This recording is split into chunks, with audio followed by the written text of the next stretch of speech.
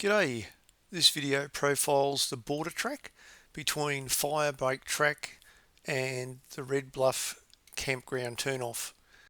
This section of the track includes the one-way section which runs between the start of the Ngarkat Conservation Park down to centre track. This section of the border track within the Ngarkat Conservation Park is one of those bucket list tracks that really all four-wheel drivers ought to be aiming to do at least once. It's an absolute fantastic track and some amazing sand driving.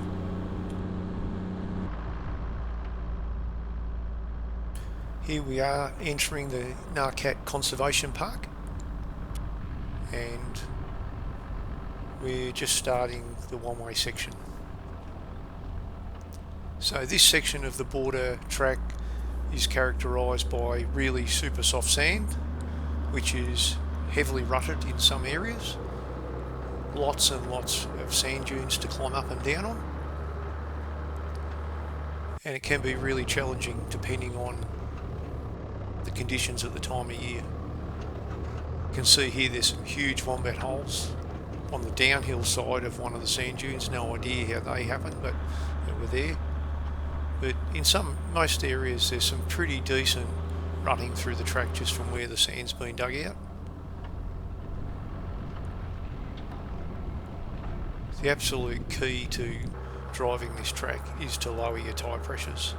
So on this day in our Land Cruiser we're running around about 20 psi, and that's hot, so when they're cold they're probably down around 17.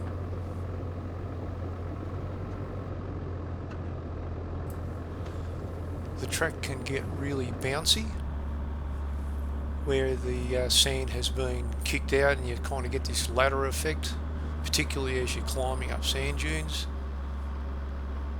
There's probably a stack of reasons why this happens: people spinning wheels, traction control, incorrect tyre pressures, maybe pulling camper trailers up some of these dunes.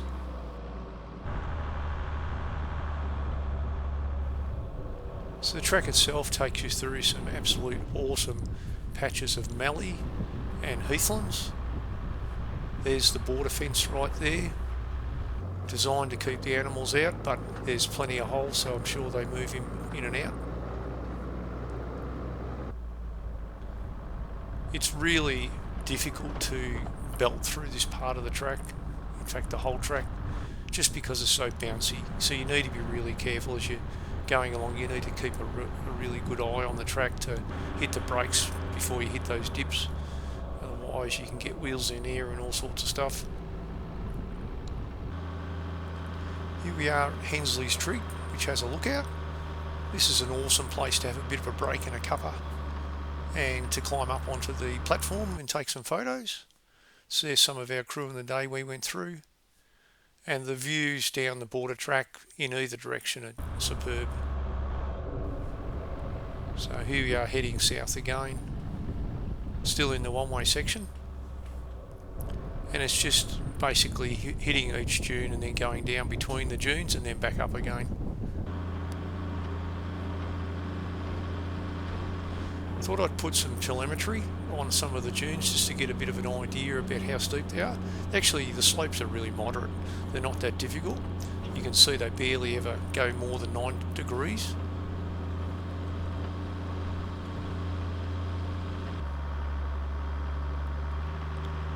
I just love driving over these dunes, and then you hit these major views as you come over the crest. It's incredible, and you don't know what you're going to see. Sometimes the track goes down quite steep, sometimes it just sort of goes on a general slope.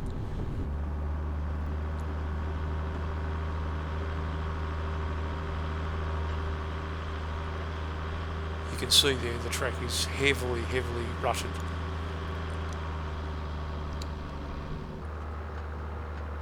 So in some areas there's been some previous track stabilisation works where they've put this matting down, and often there's a lesser track in terms of slope, so you can go around the dune if you're not prepared to take on some of these really difficult sections. So you've often got different options to go over a sand dune. We've taken the most difficult route for most of these to show what it's like, but there are some chicken roots around to the sides.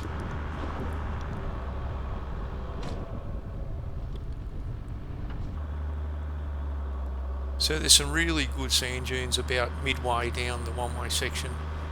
They're really steep, quite chewed up, and you do need to take it really slow.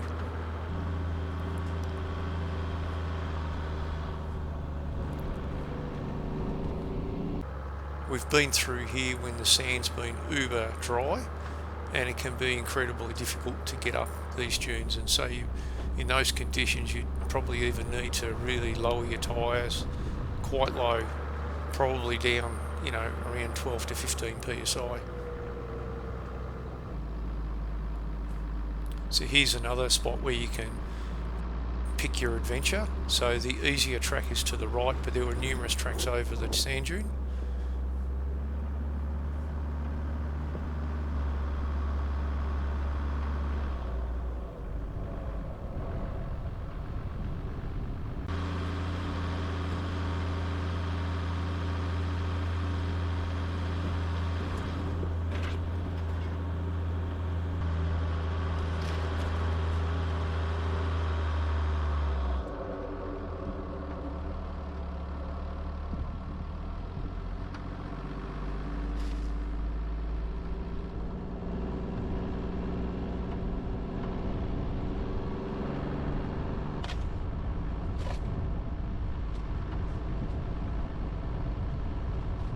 There's been some fires through this region in recent times, and you can see there's a lot of fresh regrowth in some sections. Here's another one of the sand dunes where there's multiple ways to go over it. We went up through the centre track this time, which I've done before, and it's often one that's very chewed up, but this time it was quite easy. And then you can see we're coming out from the back end over the top of the dune, and there's some major views. You're up really high. Some of these dunes are possibly 20 to 30 metres in height. Here we've got to give way to traffic that's come from the easier route around the sand dune.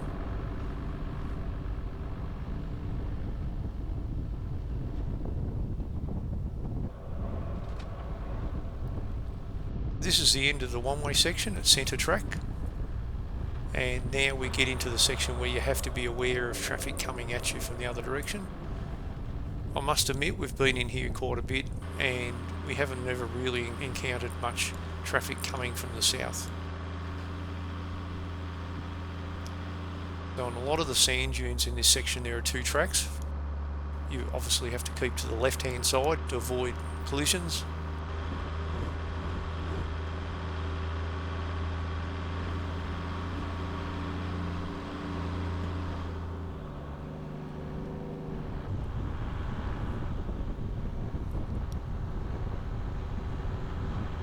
You can see there's a couple of tracks side by side.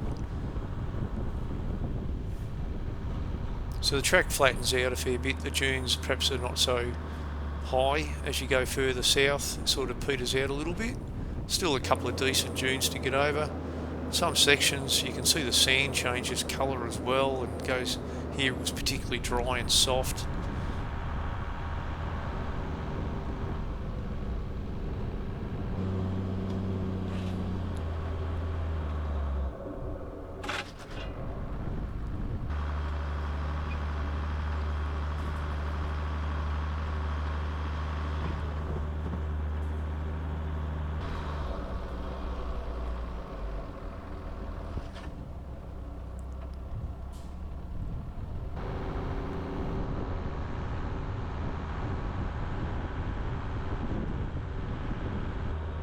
Towards the southern end of the track, the vegetation started to become fairly heathy in some sections, and we started to see spinifex on some of the sand dunes, which is pretty cool.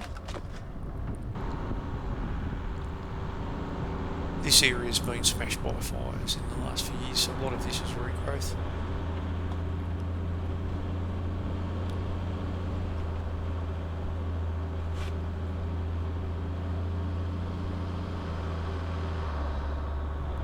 I should have mentioned that there's a whole stack of campsites along the track. You can find those on the Ngarkat Conservation Park mapping.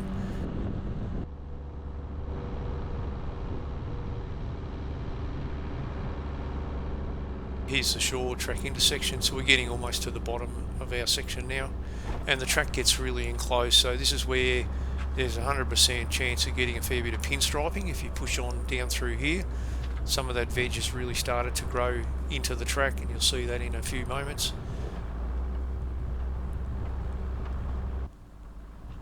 This was getting pretty tight now in this section, and you do rub up against a fair bit of the vegetation. There's the Red Bluff track turnoff on the left hand side. We're almost at the Red Bluff campground. One of the sand dunes has really blown across the track in recent years.